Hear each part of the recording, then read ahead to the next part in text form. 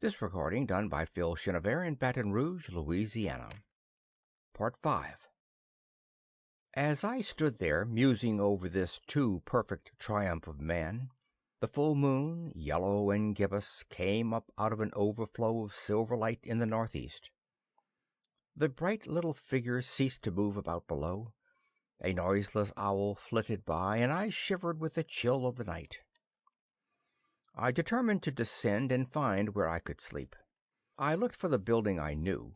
Then my eye traveled along to the figure of the white sphinx upon the pedestal of bronze, growing distinct as the light of the rising moon grew brighter. I could see the silver birch against it. There was the triangle of rhododendron bushes, black in the pale light, and there was the little lawn. I looked at the lawn again. A queer doubt chilled my complacency. "No," said I stoutly to myself, "that is not the lawn." But it was the lawn, for the white leprous face of the sphinx was towards it.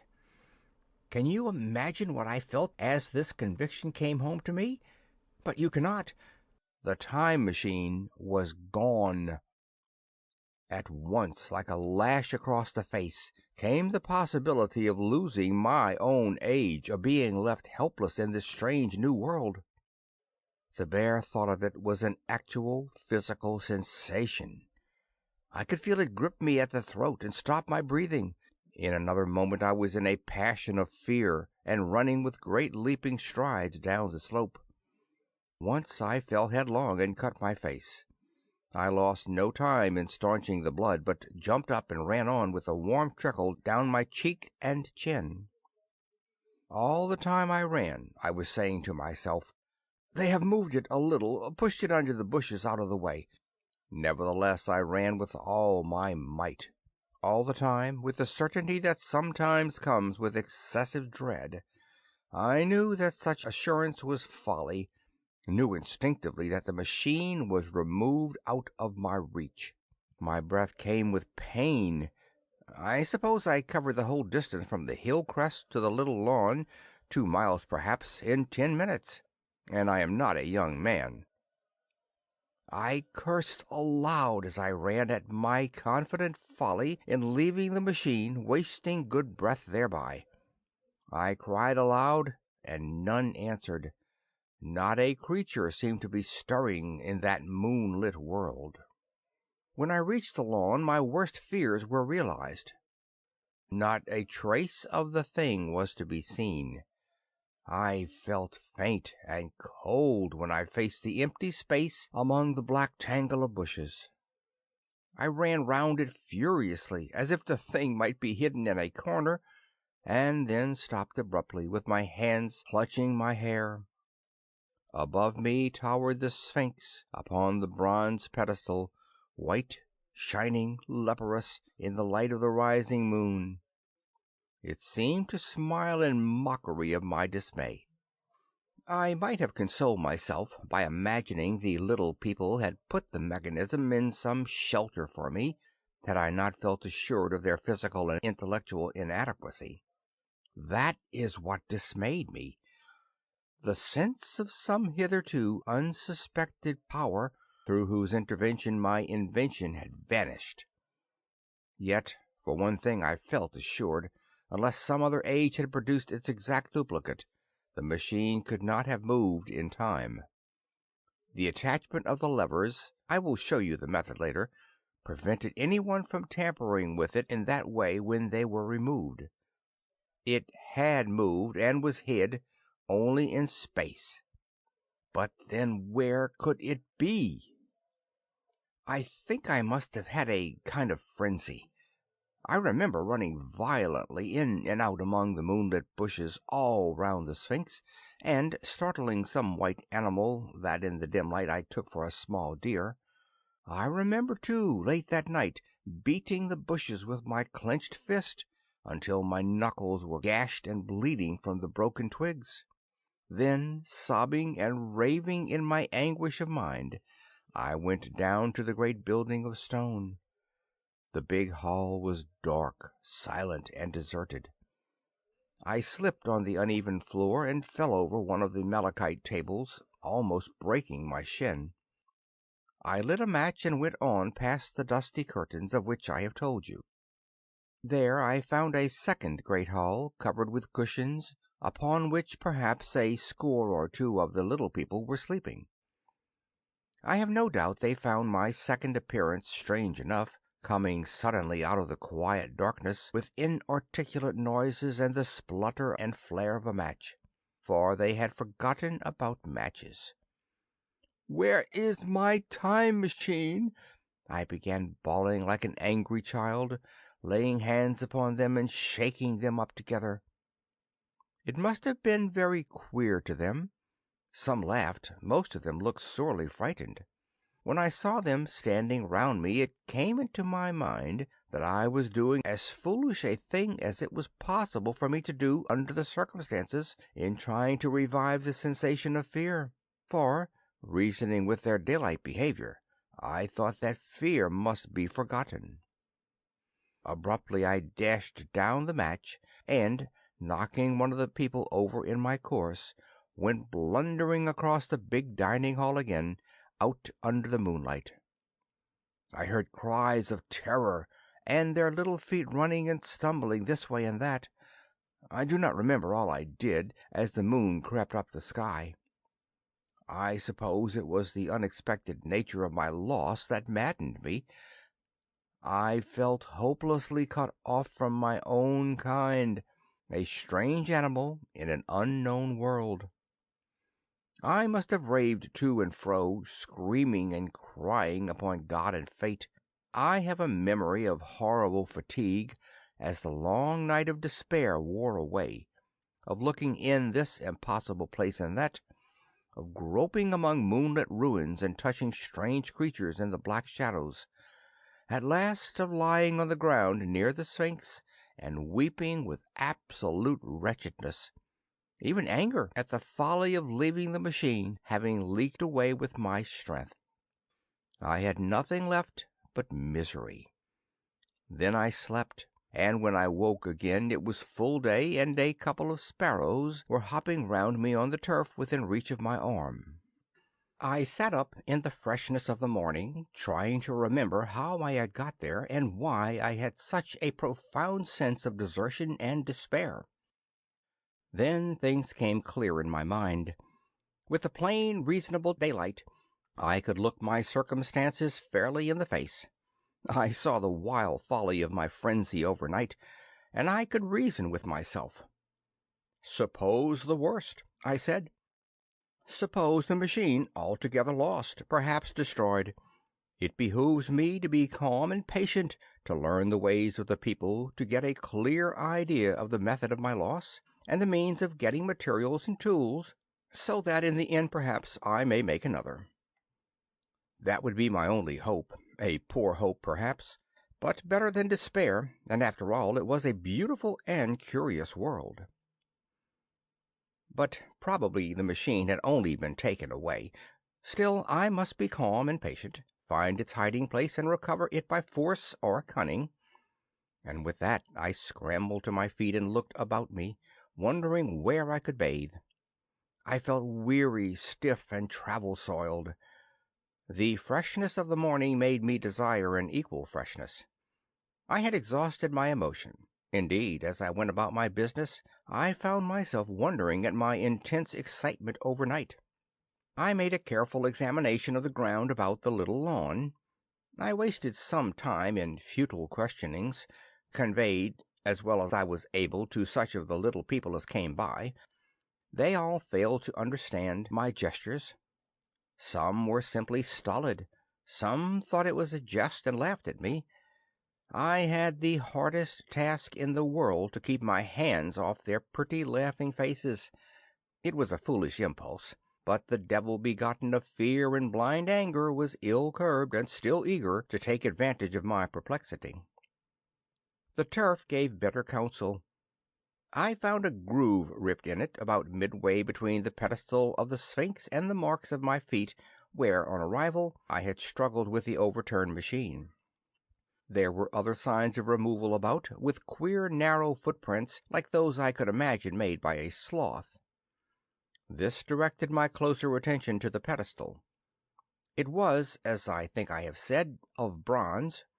It was not a mere block, but highly decorated with deep framed panels on either side. I went and rapped at these. The pedestal was hollow. Examining the panels with care, I found them discontinuous with the frames. There were no handles or keyholes, but possibly the panels, if they were doors, as I supposed, opened from within. One thing was clear enough to my mind. It took no very great mental effort to infer that my time machine was inside that pedestal, but how it got there was a different problem. I saw the heads of two orange-clad people coming through the bushes and under some blossom-covered apple trees towards me. I turned smiling to them and beckoned them to me. They came, and then, pointing to the bronze pedestal, I tried to imitate my wish to open it. But at my first gesture towards this, they behaved very oddly. I don't know how to convey their expression to you. Suppose you were to use a grossly inappropriate gesture to a delicate-minded woman, it is how she would look. They went off as if they had received the last possible insult. I tried a sweet-looking little chap in white next, with exactly the same results. Somehow his manner made me feel ashamed of myself. But as you know, I wanted the time machine, and I tried him once more. As he turned off like the others, my temper got the better of me. In 3 strides I was after him, had him by the loose part of his robe around the neck, and began dragging him towards the Sphinx. Then I saw the horror and repugnance of his face, and all of a sudden I'd let him go. But I was not beaten yet. I banged with my fist at the bronze panels. I thought I heard something stir inside. To be explicit, I thought I heard a sound like a chuckle, but I must have been mistaken. Then I got a big pebble from the river and came and hammered till I had flattened a coil in the decorations, and the verdigris came off in powdery flakes. The delicate little people must have heard me hammering in gusty outbreaks a mile away on either hand, but nothing came of it. I saw a crowd of them upon the slopes looking furtively at me. At last, hot and tired, I sat down to watch the place. But I was too restless to watch long. I am too occidental for a long vigil. I could work at a problem for years, but to wait inactive for 24 hours, that is another matter. I got up after a time and began walking aimlessly through the bushes toward the hill again. Patience, said I to myself. If you want your machine again, you must leave that Sphinx alone. If they mean to take your machine away, it's little good your wrecking their bronze panels, and if they don't, you will get it back as soon as you can ask for it. To sit among all those unknowing things before a puzzle like that is hopeless. That way lies monomania. Face this world, learn its ways, watch it, be careful of too hasty guesses at its meaning. In the end, you will find clues to it all. Then suddenly the humor of the situation came into my mind. The thought of the years I had spent in study and toil to get into the future age, and now my passion of anxiety to get out of it. I had made myself the most complicated and the most hopeless trap that ever a man devised. Although it was at my own expense, I could not help myself. I laughed aloud. Going through the big palace, it seemed to me that the little people avoided me. It may have been my fancy, or it may have had something to do with my hammering at the gates of bronze. Yet I felt tolerably sure of the avoidance.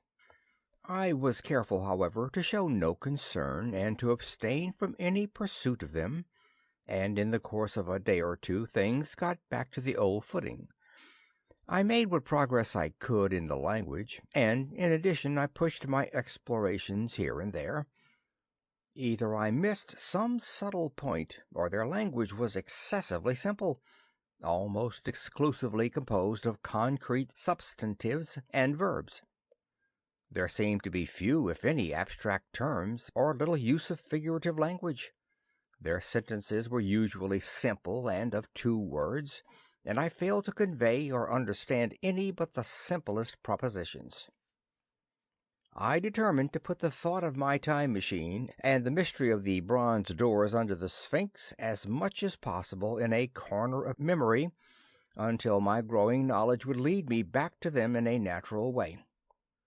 Yet a certain feeling, you may understand, tethered me in a circle of a few miles round the point of my arrival. So far as I could see, all the world displayed the same exuberant richness as the Thames Valley. From every hill I climbed I saw the same abundance of splendid buildings, endlessly varied in material and style, the same clustering thickets of evergreens, the same blossom-laden trees and tree-ferns. Here and there water shone like silver, and beyond, the land rose into blue undulating hills, and so faded into the serenity of the sky. A peculiar feature which presently attracted my attention was the presence of certain circular wells, several, as it seemed to me, of a very great depth. One lay by the path up the hill which I had followed during my first walk. Like the others, it was rimmed with bronze, curiously wrought and protected by a little cupola from the rain. Sitting by the side of these wells and peering down into the shafted darkness, I could see no gleam of water, nor could I start any reflection with a lighted match. But in all of them I heard a certain sound, a thud, thud, thud, like the beating of some big engine, and I discovered from the flaring of my matches that a steady current of air set down the shafts. Further, I threw a scrap of paper into the throat of one, and instead of fluttering slowly down, it was at once sucked swiftly out of sight.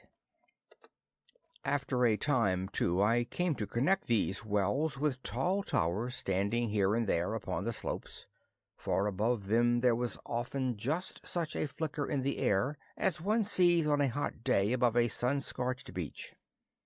Putting things together, I reached a strong suggestion of an extensive system of subterranean ventilation whose true import it was difficult to imagine. I was at first inclined to associate it with the sanitary apparatus of these people. It was an obvious conclusion, but it was absolutely wrong. And here I must admit that I learnt very little of drains and bells and modes of conveyance and the like conveniences during my time in this real future. In some of these visions of utopias and coming times which I have read, there is a vast amount of detail about building and social arrangements and so forth. But while such details are easy enough to obtain when the whole world is contained in one's imagination, they are altogether inaccessible to a real traveler amidst such realities as I found here. Conceive the tale of London which a Negro, fresh from Central Africa, would take back to his tribe. What would he know of railway companies, of social movements, of telephone and telegraph wires, of the parcels delivery company and postal orders and the like? Yet we at least should be willing enough to explain these things to him, and even of what he knew, how much could he make his untravelled friend either apprehend or believe?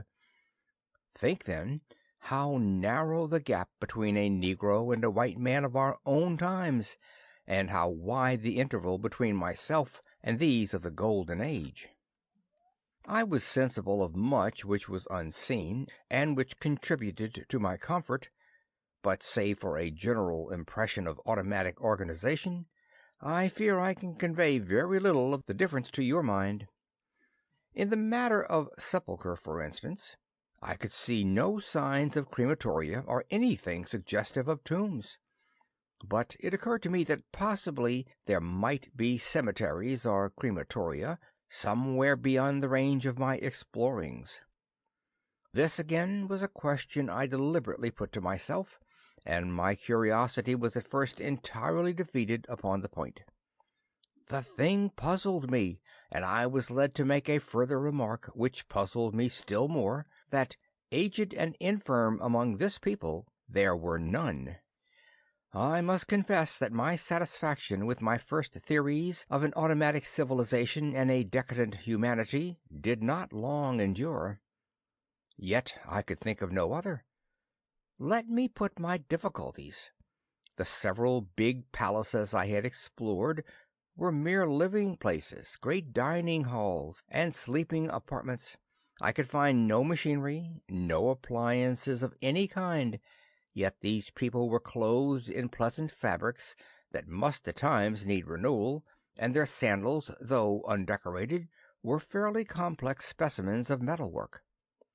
Somehow such things must be made, and the little people displayed no vestige of a creative tendency. There were no shops, no workshops, no sign of importations among them. They spent all their time in playing gently, in bathing in the river, in making love in a half-playful fashion, in eating fruit and sleeping.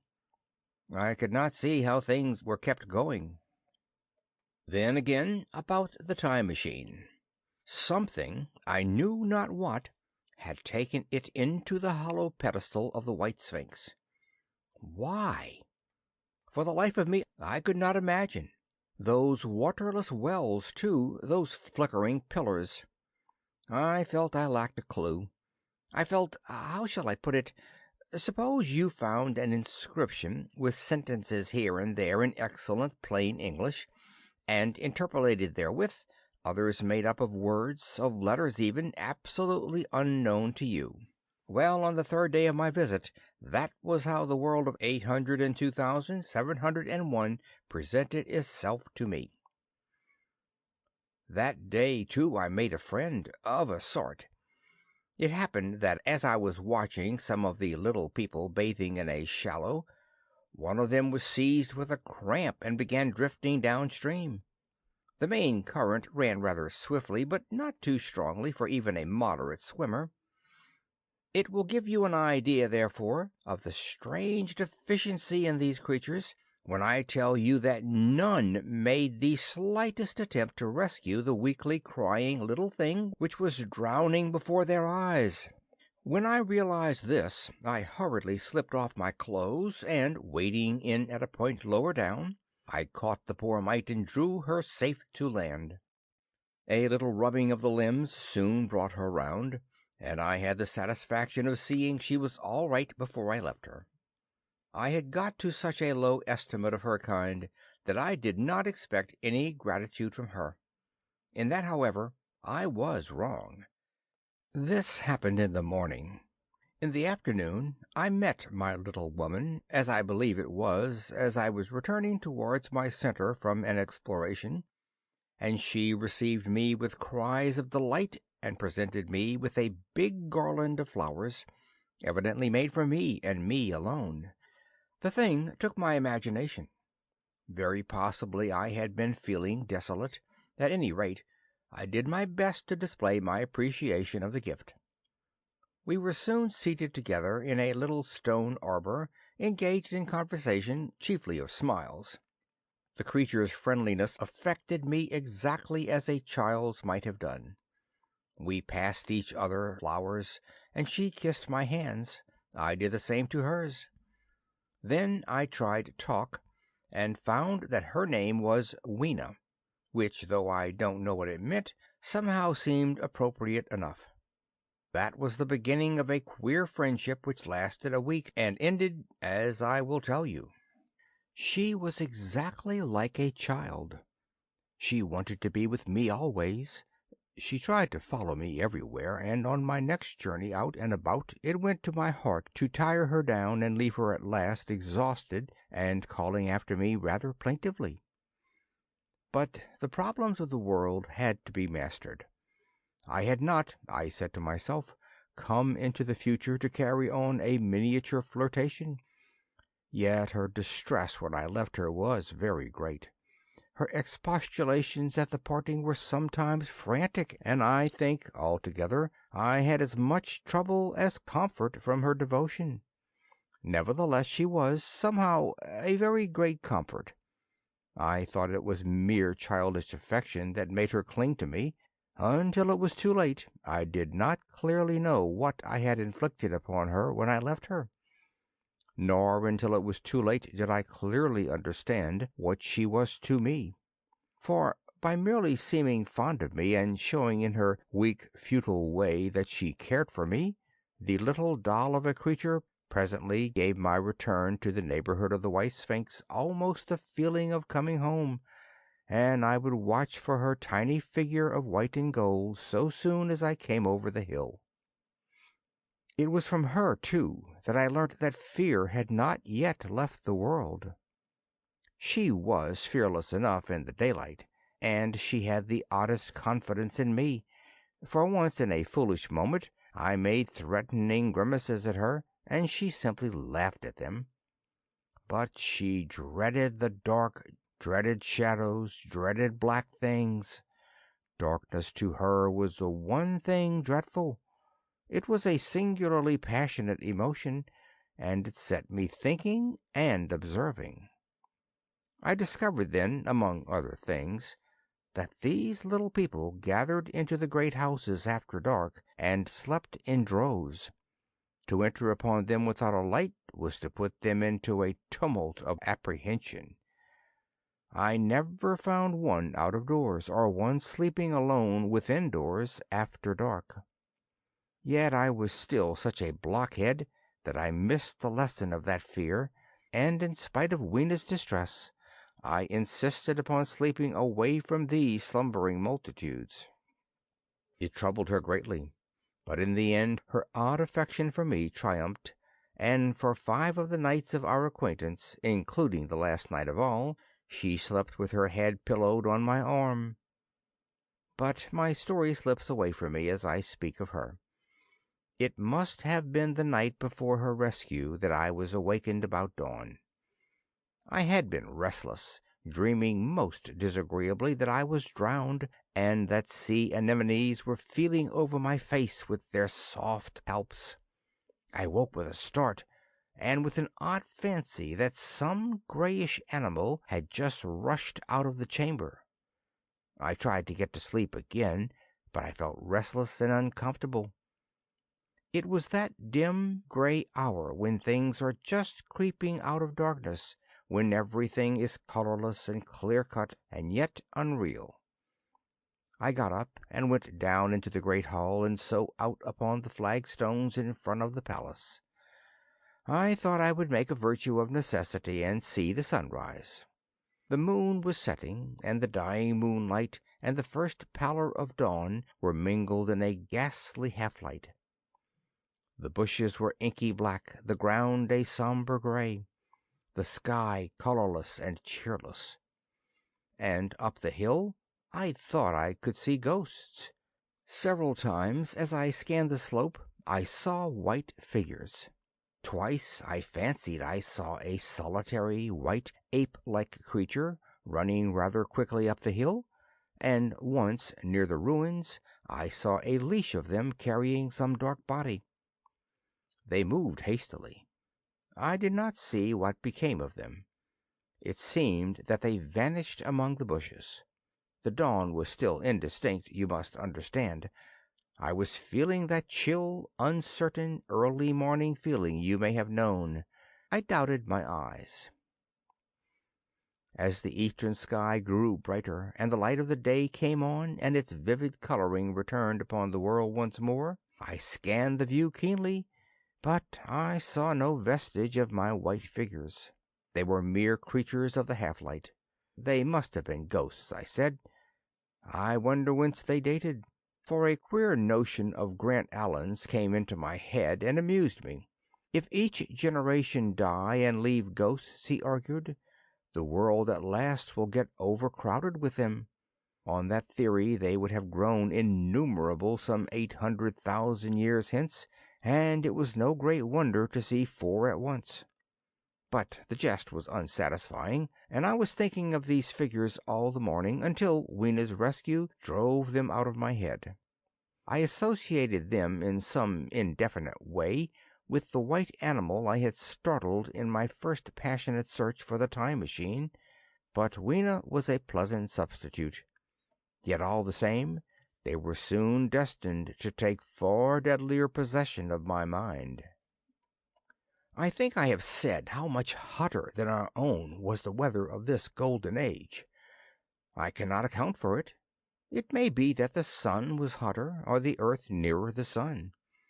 It is usual to assume that the sun will go on cooling steadily in the future, but people unfamiliar with such speculations as those of the younger Darwin forget that the planets must ultimately fall back one by one into the parent body.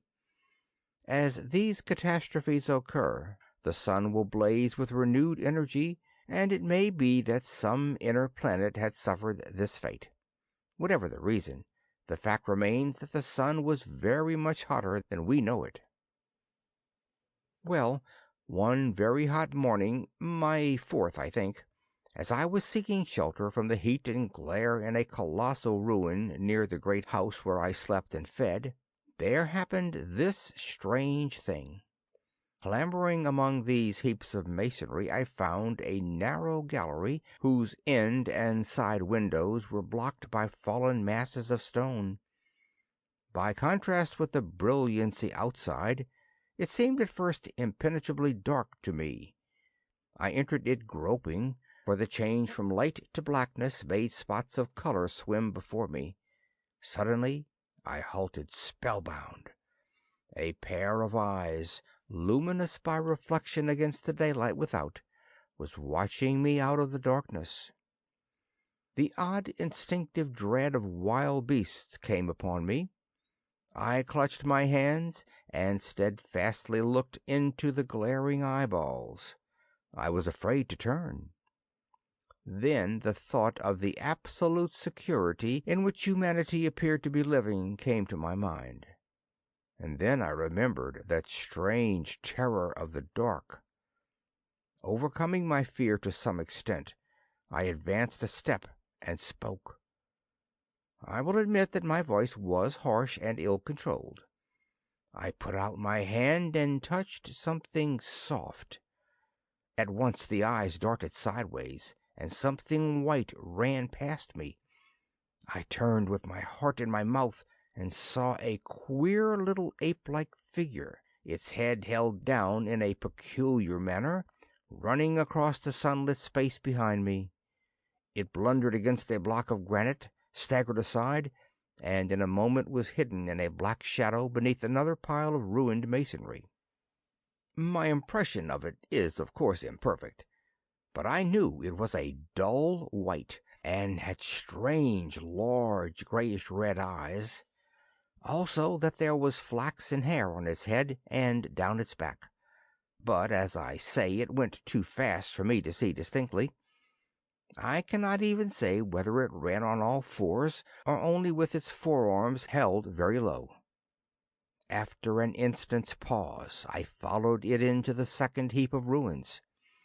I could not find it at first, but after a time in the profound obscurity, I came upon one of those round well-like openings of which I have told you, half closed by a fallen pillar. A sudden thought came to me. Could this thing have vanished down the shaft? I lit a match, and looking down, I saw a small, white, moving creature with large, bright eyes, which regarded me steadfastly as it retreated. It made me shudder. It was so like a human spider. It was clambering down the wall, and now I saw for the first time a number of metal foot and hand rests forming a kind of ladder down the shaft. Then the light burned my fingers and fell out of my hand, going out as it dropped, and when I had lit another the little monster had disappeared. I do not know how long I sat peering down that well. It was not for some time that I could succeed in persuading myself that the thing I had seen was human, but gradually the truth dawned on me that man had not remained one species, but had differentiated into two distinct animals, that my graceful children of the upper world were not the sole descendants of our generation, but that this bleached, obscene, nocturnal thing which had flashed before me was also heir to all the ages. I thought of the flickering pillars and of my theory of an underground ventilation. I began to suspect their true import. And what, I wondered, was this lemur doing in my scheme of a perfectly balanced organization? How was it related to the indolent serenity of the beautiful overworlders? And what was hidden down there at the foot of that shaft? I sat upon the edge of the well, telling myself that, at any rate, there was nothing to fear, and that I must descend for the solution of my difficulties. And withal, I was absolutely afraid to go. As I hesitated, two of the beautiful upper world people came running in their amorous sport across the daylight in the shadow. The male pursued the female, flinging flowers at her as he ran. They seemed distressed to find me, my arm against the overturned pillar, peering down the well. Apparently it was considered bad form to remark these apertures, for when I pointed to this one and tried to frame a question about it in their tongue, they were still more visibly distressed and turned away. But they were interested by my matches, and I struck some to amuse them. I tried them again about the well, and again I failed. So presently I left them, meaning to go back to Weena and see what I could get from her. But my mind was already in revolution. My guesses and my impressions were slipping and sliding to a new adjustment. I had now a clue to the import of these wells, to the ventilating towers, to the mystery of the ghosts, to say nothing of a hint at the meaning of the bronze gates and the fate of the time machine. And very vaguely there came a suggestion towards the solution of the economic problem that had puzzled me. Here was the new view. Plainly, this second species of man was subterranean. There were three circumstances in particular which made me think that its rare emergence above ground was the outcome of a long-continued underground habit. In the first place, there was the bleached look common in most animals that lived largely in the dark, the white fish of the Kentucky caves, for instance. Then those large eyes, with that capacity for reflecting light, are common features of nocturnal things. Witness the owl and the cat. And last of all, that evident confusion in the sunshine, that hasty yet fumbling awkward flight toward dark shadow, and that particular carriage of the head while in light, all reinforced the theory of an extreme sensitiveness of the retina. Beneath my feet, then, the earth must be tunneled enormously, and these tunnelings were the habitat of the new race. The presence of ventilating shafts and wells along the hill slopes, everywhere in fact, except along the river valley, showed how universal were its ramifications. What is so natural, then, as to assume that it was in this artificial underworld that such work as was necessary to the comfort of the daylight race was done? The notion was so plausible that I at once accepted it and went on to assume the how of this splitting of the human species. I dare say you will anticipate the shape of my theory, though for myself I very soon felt that it fell far short of the truth. At first, proceeding from the problems of our own age, it seemed clear as daylight to me that the gradual widening of the present merely temporary and social difference between the capitalist and the laborer was the key to the whole position. No doubt it will seem grotesque enough to you and wildly incredible, and yet even now there are existing circumstances to point that way. There is a tendency to utilize underground space for the less ornamental purposes of civilization. There is the Metropolitan Railway in London, for instance.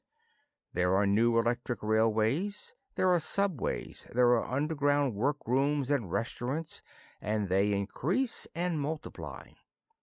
Evidently, I thought, This tendency has increased till industry had gradually lost its birthright in the sky. I mean that it had gone deeper and deeper into larger and ever larger underground factories, spending a still increasing amount of its time therein, till, in the end, even now, does not an East End worker live in such artificial conditions as practically to be cut off from the natural surface of the earth? Again, the exclusive tendency of richer people, due no doubt to the increasing refinement of their education and the widening gulf between them and the rude violence of the poor, is already leading to its closing, in their interest, of considerable portions of the surface of the land. About London, for instance, perhaps half the prettier country is shut in against intrusion, and this same widening gulf, which is due to the length and expense of the higher educational process and the increased facilities for and temptations toward refined habits on the part of the rich, will make that exchange between class and class, that promotion by intermarriage which at present retards the splitting of our species along lines of social stratification, less and less frequent. So in the end, above ground you must have the haves pursuing pleasure and comfort and beauty, and below ground the have-nots, the workers getting continually adapted to the conditions of their labor. Once they were there, they would no doubt have to pay rent, and not a little of it, for the ventilation of their caverns, and if they refused, they would starve or be suffocated for arrears. Such of them as were so constituted as to be miserable and rebellious would die, and in the end the balance became permanent. The survivors would become as well adapted to the conditions of underground life, and as happy in their way, as the overworld people were in theirs. As it seemed to me, the refined beauty and the etiolated pallor followed naturally enough. The great triumph of humanity I had dreamed of took a different shape in my mind. It had been no such triumph of moral education and general cooperation as I had imagined. Instead, I saw a real aristocracy, armed with a perfected science and working to a logical conclusion the industrial system of today.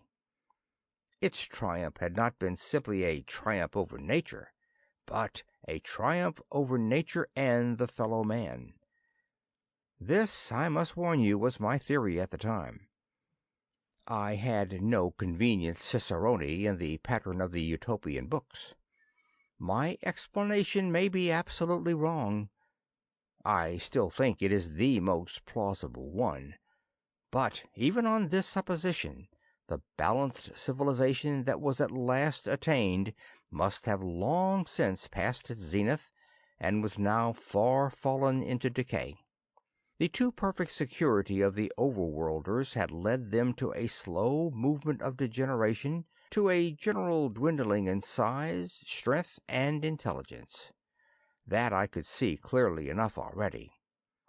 What had happened to the undergrounders I did not yet suspect, but from what I had seen of the Morlocks, that, by the by, was the name by which these creatures were called, I could imagine that the modification of the human type was even far more profound than among the Eloi, the beautiful race that I already knew.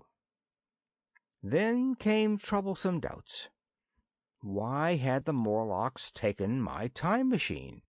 For I felt sure it was they who had taken it. Why, too, if the Eloi were masters, could they not restore the machine to me? And why were they so terribly afraid of the dark? I proceeded, as I have said, to question Weena about this underworld, but here again I was disappointed. At first she could not understand my questions, and presently she refused to answer them. She shivered as though the topic was unendurable, and when I pressed her, perhaps a little harshly, she burst into tears. They were the only tears, except my own, I ever saw in that golden age. When I saw them, I ceased abruptly to trouble about the Morlocks, and was only concerned in banishing these signs of her human inheritance from Weena's eyes. And very soon she was smiling and clapping her hands, while I solemnly burnt a match. End of Part 5.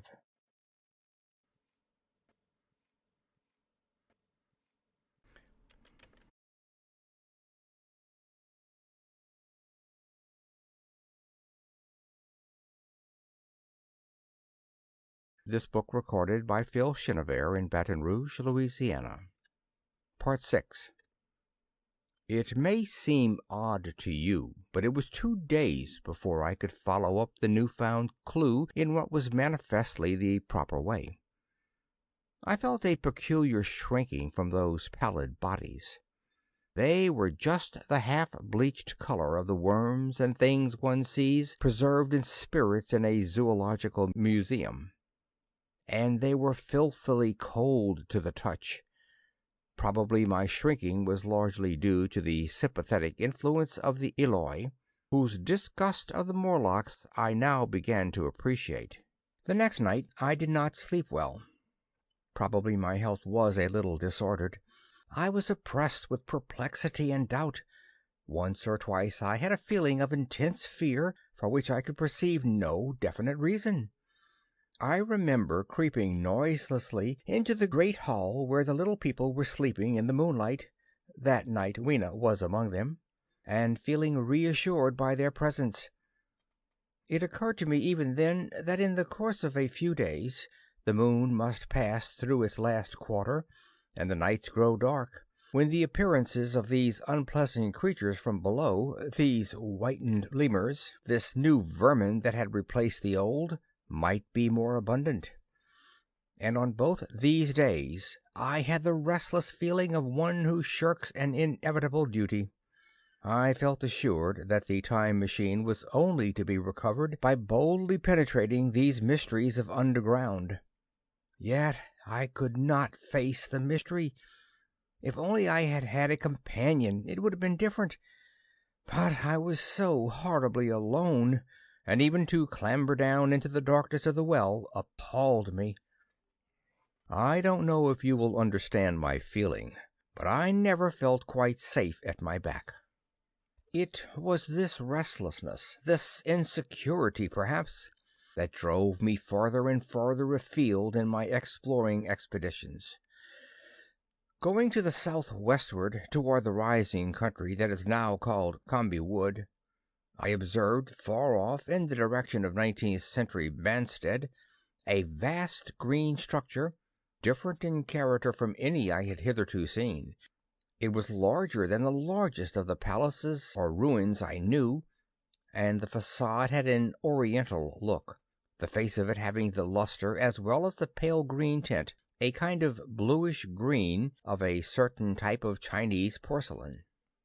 The difference in aspect suggested a difference in use, and I was minded to push on and explore. But the day was growing late, and I had come upon the site of the place after a long and tiring circuit, so I resolved to hold over the adventure for the following day, and I returned to the welcome and the caresses of little Weena. But next morning I perceived clearly enough that my curiosity regarding the palace of green porcelain was a piece of self-deception, to enable me to shirk by another day an experience I dreaded.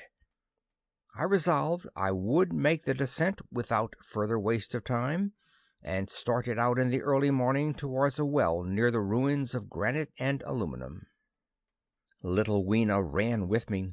She danced beside me to the well, but when she saw me lean over the mouth and look downward, she seemed strangely disconcerted. "Good-bye, little Weena," I said, kissing her, and then, putting her down, I began to feel over the parapet for the climbing hooks. Rather hastily, I may as well confess, for I feared my courage might leak away. At first she watched me in amazement. Then she gave a most piteous cry, and, running to me, she began to pull at me with her little hands. I think her opposition nerved me rather to proceed.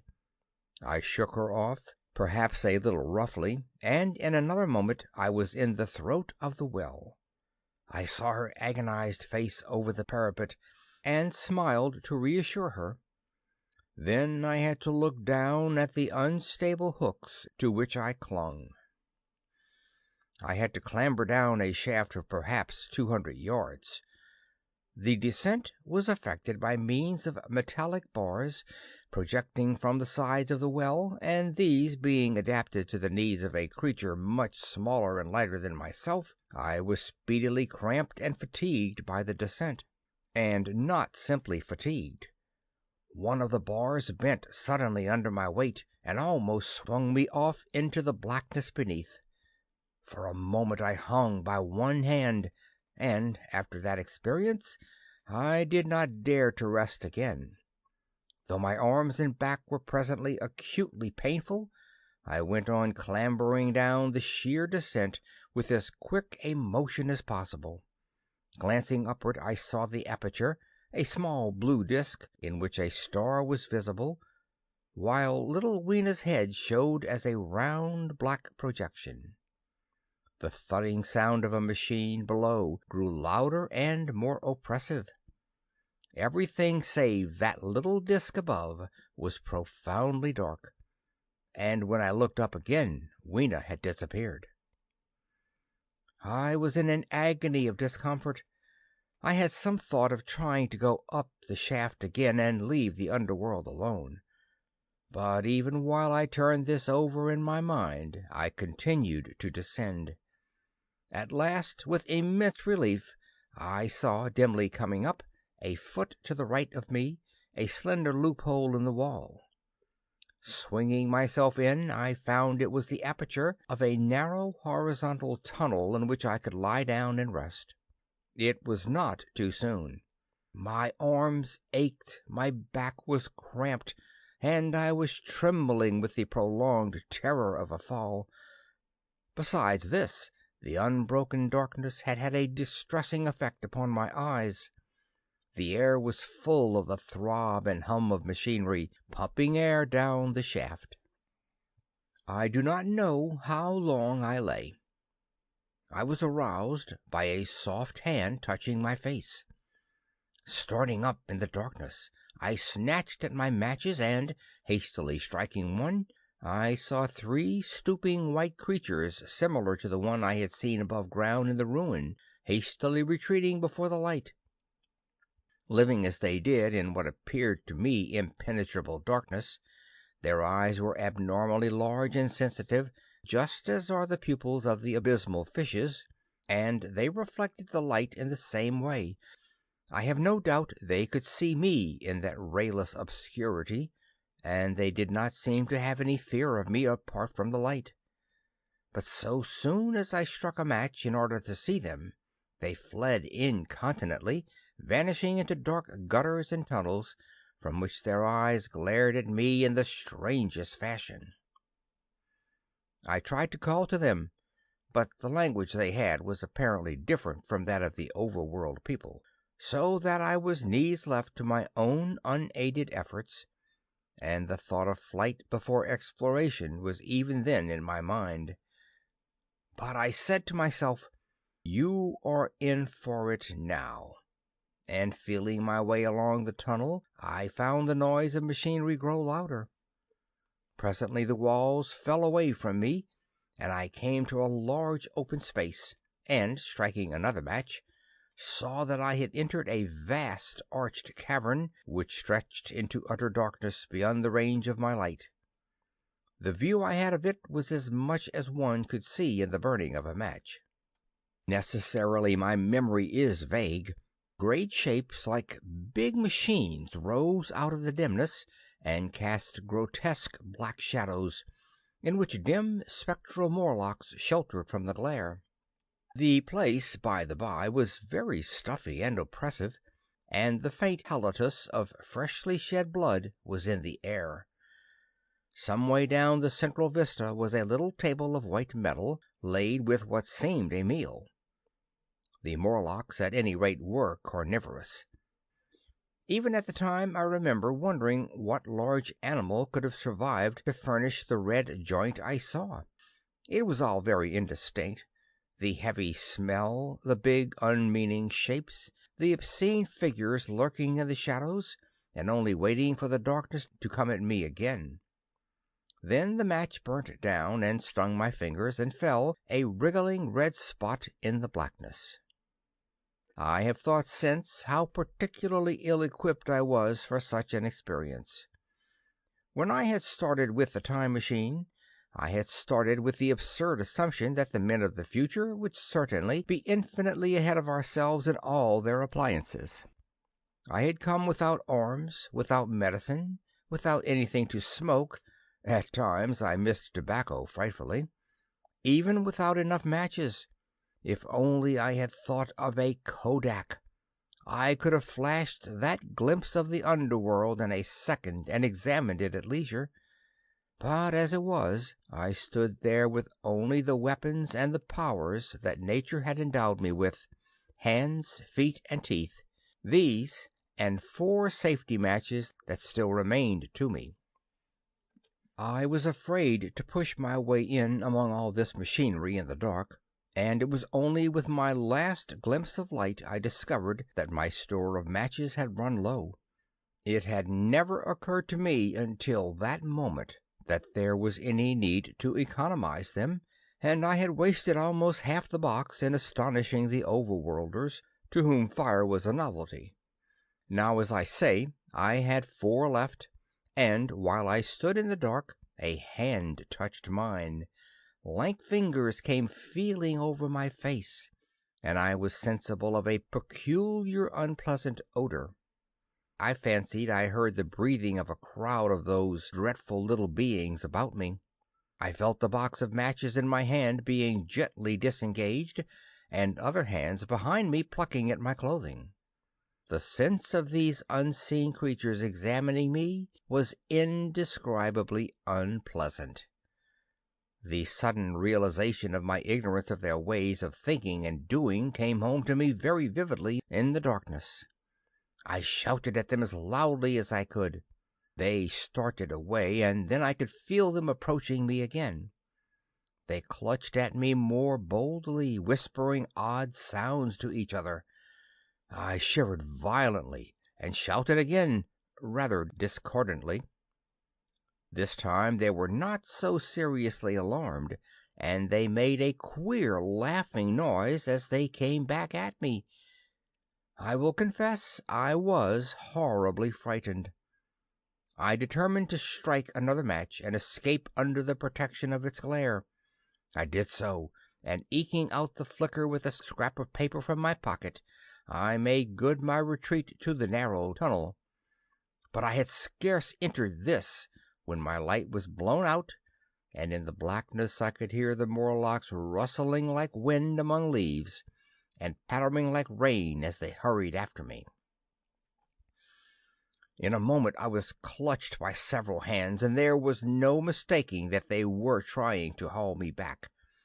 I struck another light and waved it in their dazzled faces. You can scarce imagine how nauseatingly inhuman they looked, those pale, chinless faces and great lidless pinkish gray eyes, as they stared in their blindness and bewilderment.